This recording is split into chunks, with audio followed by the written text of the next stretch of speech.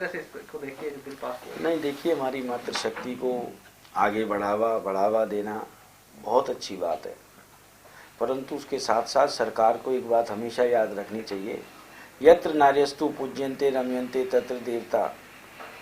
और हमारे शास्त्र भी कह गए हैं, नारी सताए तीन मिटे, कौरव रावण कंस, जनता सताए सब मिटे, धन वैभव और वंश। खाली आरक्षण देने से बात नहीं बनेगी, आरक्षण के साथ साथ हमारी मातृशक्ति को संरक्षण भी देना होगा, उनको इस लायक भी बनाना होगा।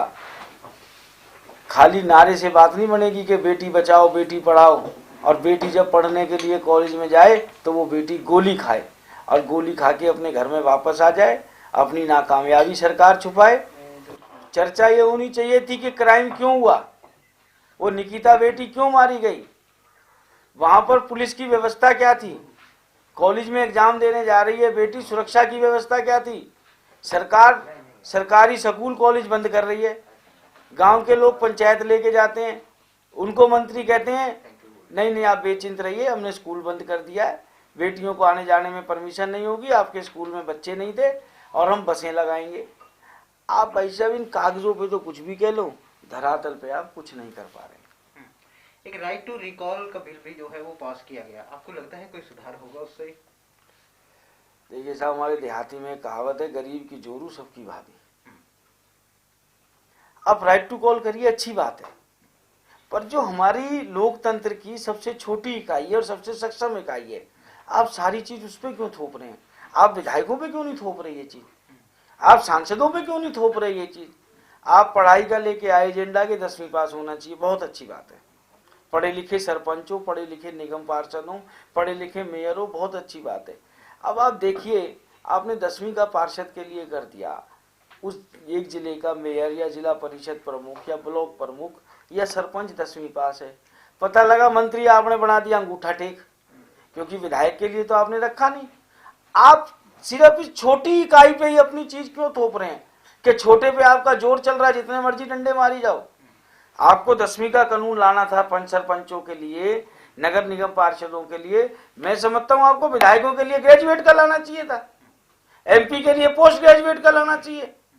आप सिर्फ छोटे लोगों पे क्यों अपनी तानाशाही चला रहे हैं? ऐसे ही आज आपने राइट टू रिकॉल का आप लेके आए हैं, हम लोग तो सदन से बाई नेम कर दिया था, बाहर थे। पहली बात तो कल भी परसों भी सेशन था 5 तारीख को, आपको कल भी बिल लाना था तो आप 5 तारीख को तो दे देते हमें। सदन में हमें बिल दिए जाते हैं कि जी आप लोन बिलों पे चर्चा करो, जबकि हम लेजिस्लेटर्स का असली काम क्या है कि हम बिल पढ़े। और अब आप देखिए साहब, ये आप लोग खुद पत्रकार हैं कि एक चीज गहनता से आप सूक्ष्मता से जांच करते हैं। ये बिल पास भी हो गया, पहले ऑर्डिनेंस आया, ये जो 75% लेबर वाला बिल था, उसके बाद गवर्नर साहब ने वापस कर दिया और कानूनी प्रक्रिया है, मैंने वो भी मांगी है लिखित में उनसे कि पहले क्यों तो वापस आया, क्यों कैबिनेट में गया, क्या चीज रही क्या चीज नहीं रही। आज इस बिल के अंदर उद्देश्य देखिए, सरकार की नीयत देखिए, ऐसा कोई सरकार नहीं करती है। इस हिसाब से आप जहां एक बात कहते थे कश्मीर से कन्याकुमारी तक, अटक से कटक तक भाजपा कहती थी एक देश एक झंडा एक संविधान, ये एक देश एक झंडा एक संविधान कहां गया? आप तो पूरे स्टेट को एक नहीं मान रहे, आप तो जिलों में भेदभाव कर रहे हैं। आज इस बिल को लाने के लिए इन्होंने क्या उद्देश्य बताया है? ये जो बिल की कापी आप सबके पास होगी, ये जो श्रम मंत्री हैं दुष्यंत चौटाला जी, इन्होंने 31 अक्टूबर 2020 को इस बिल को काफी विधानसभा में के लिए भेज दी थी, हमारे समक्ष 5 तारीख को आई। प्रवासी श्रमिकों की एक बड़ी संख्या, विशेषतः कम वेतन पर कार्यरत रोजगारों के लिए प्रतिस्पर्धावश स्थानीय आधिकारिक संरचना, मूलभूत ढांचे व आवास संबंधी सुविधाओं पर महत्वपूर्ण प्रभाव डालती है और मलिन बस्तियों का प्रसार करती है। आप में से भी काफी साथी प्रवासी हैं, आपने कितनी मलिन बस्तियों का प्रसार किया है आज तक? क्या यूपी, बिहार, आंध्र प्रदेश, झारखंड, छत्तीसगढ़ या जो भाई हमारा दिल्ली से भी हरियाणा आ रहा है या पंजाब से भी आ रहा है, वो क्या सिर्फ मलिन बस्तियों का प्रसार कर रहे हैं? ये हमारे गवर्नर साहब भी बिहार से आए, क्या इन्होंने भी मलिन बस्तियों का प्रसार किया है? आप भावना क्या रख रहे हैं? वोट चाहिए, भाई हो आप हमारे, गले लगाएंगे, छाती चिपटाएंगे, झूठ मूठ को बोलेंगे आज तो खाना आपके घर खाना है। शर्म नहीं आती उस खाने में? उस दिन जहर नजर नहीं आता? उस दिन नहीं लगता ये तो मलिन बस्तियों का प्रसार कर रहे हैं, हम यहां खाना क्यों खाएं?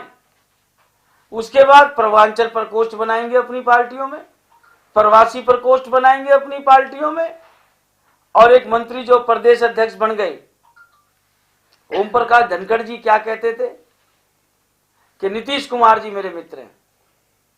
आप सबने भी वो बयान सुना होगा उनका।